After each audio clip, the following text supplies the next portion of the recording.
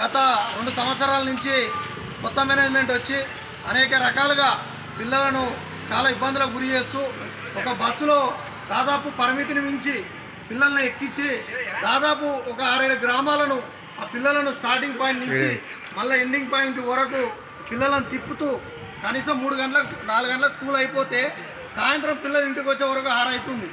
అంటే అనేక గ్రామాలను తిప్పుతూ బస్సులను కుదింపు చేసి పిల్లలను గురి చేస్తూ ఉన్నారు. అదేవిధంగా మేనేజ్మెంట్కు అమౌంట్ కట్టినా ఫీజు కట్టినా కూడా అధిక ఫీజులు ఈ ప్రైవేట్ స్కూల్ టౌన్లో ఉన్నటువంటి ప్రైవేట్ స్కూళ్ళ కంటే ఎక్కువ ఇట్లా అధిక ఫీజులు వసూలు చేస్తూ ఈరోజు పిల్లలను అనేక రకాల ఇబ్బందులకు గురి చేస్తూ ఉంది. ఈ మేనేజ్మెంట్ని తక్షణమే ఇక్కడి నుంచి తప్పించి పిల్లలకు న్యాయం చేయాలి. సుమారు 600 మంది పిల్లలు ఇక్కడ వివిధ గ్రామాల నుంచి ఇక్కడికి వచ్చి చదువుకుంటూ ఉన్నారు. ఆ పిల్లలకు సంబంధించినటువంటి ఫీజు లిస్టు బయట పెట్టాలి.